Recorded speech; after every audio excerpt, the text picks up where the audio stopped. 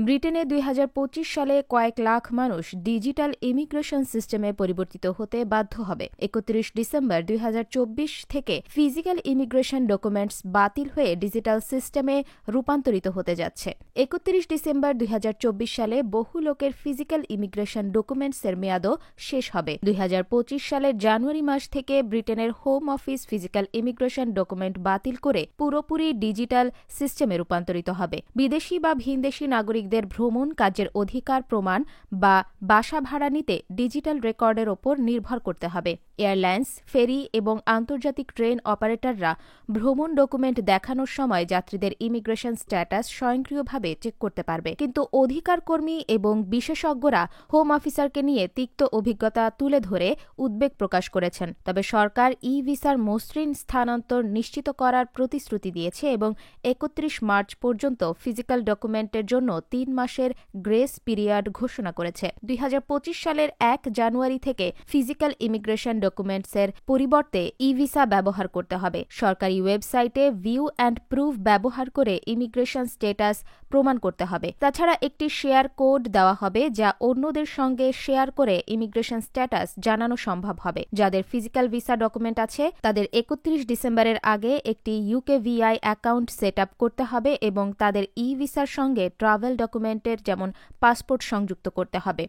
Airlines এবং অন্যান্য ভ্রমণ সংস্থাগুলো চেক ইন প্রক্রিয়ার অংশ হিসেবে স্বয়ংক্রিয়ভাবে ইমিগ্রেশন স্ট্যাটাস চেক করবে। কোনো সমস্যার ক্ষেত্রে যে কেউ ভিউ অ্যান্ড প্রুফ ওয়েবসাইট ব্যবহার করে স্ট্যাটাস যাচাই করতে পারবে। যাত্রীদের অবশ্যই তাদের ট্রাভেল ডকুমেন্ট ইউকেভিআই অ্যাকাউন্টের সঙ্গে সংযুক্ত করতে হবে।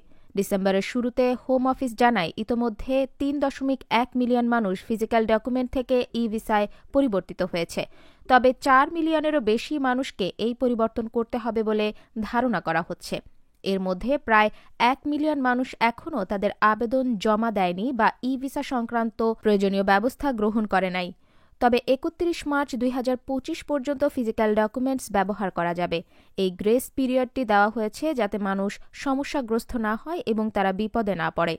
অধিকারকর্মী এবং বিশেষজ্ঞরা উদ্বেগ প্রকাশ করে বলেন, হোম অফিসের পূর্ববর্তী ডিজিটাল সিস্টেমে ত্রুটি থাকার কারণে মানুষ সমস্যায় জর্জরিত হতে পারে। নানা ধরনের বিপত্তির সম্মুখীন হতে পারে ই-ভিসা সম্বলিত লোক। অনেক ক্ষেত্রে দেখা গিয়েছে ব্যক্তির নাম, ছবি বা স্ট্যাটাস ভুলভাবে যুক্ত হয়ে এসেছে সিস্টেমে। মার্জড আইডেন্টিটিজ সমস্যার ফলে ২ বা ততোধিক ব্যক্তির তথ্য ভুলভাবে একত্রিত হয়েছে। যাদের ভিসা নবায়নের জন্য অপেক্ষমান অবস্থায় রয়েছে অর্থাৎ 3C লিভ স্ট্যাটাস যুক্ত আছে, তাদের ডিজিটাল ডকুমেন্ট না থাকার কারণে সমস্যার মুখোমুখি হওয়া লাগতে পারে। ইমিগ্রেশন বিশেষজ্ঞ ড.